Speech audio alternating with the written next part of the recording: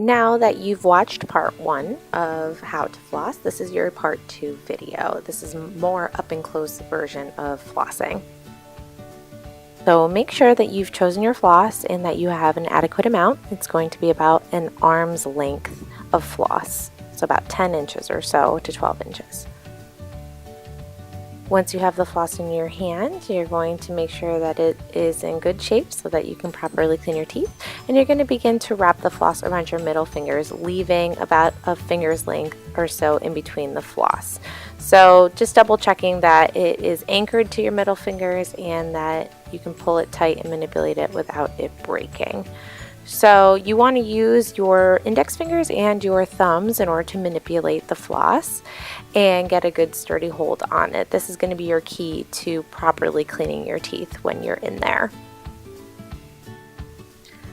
So notice how I'm starting at the very back of the tooth, of the side that I'm starting on. You always want to start behind the very last tooth. I know that this is an area that a lot of my patients forget about because there's not a tooth next to it, so you think you don't have to floss it.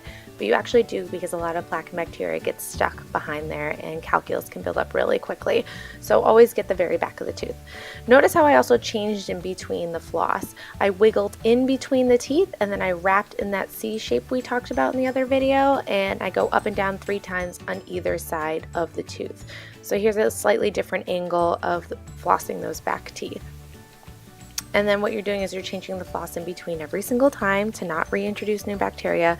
And you can apply a little bit of pressure up against the teeth too to really, scrape that bacteria off. I know it's a little awkward for me on this tooth model here because things are a little bit slippier than they would be in the mouth, but do your best and the floss will really do the work for you.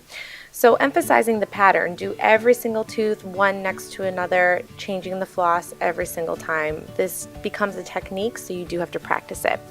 And always start from back to front, coming all the way around to the other side. If you start on the bottom or if you start on the top, you always want to follow that arch. And there you have it, easy peasy. So that concludes our flossing tutorial. I hope it makes you a better flosser and I hope it makes you more motivated. We'll see you soon. If you have any questions, feel free to ask one of your lovely hygienists at CPW. See you later.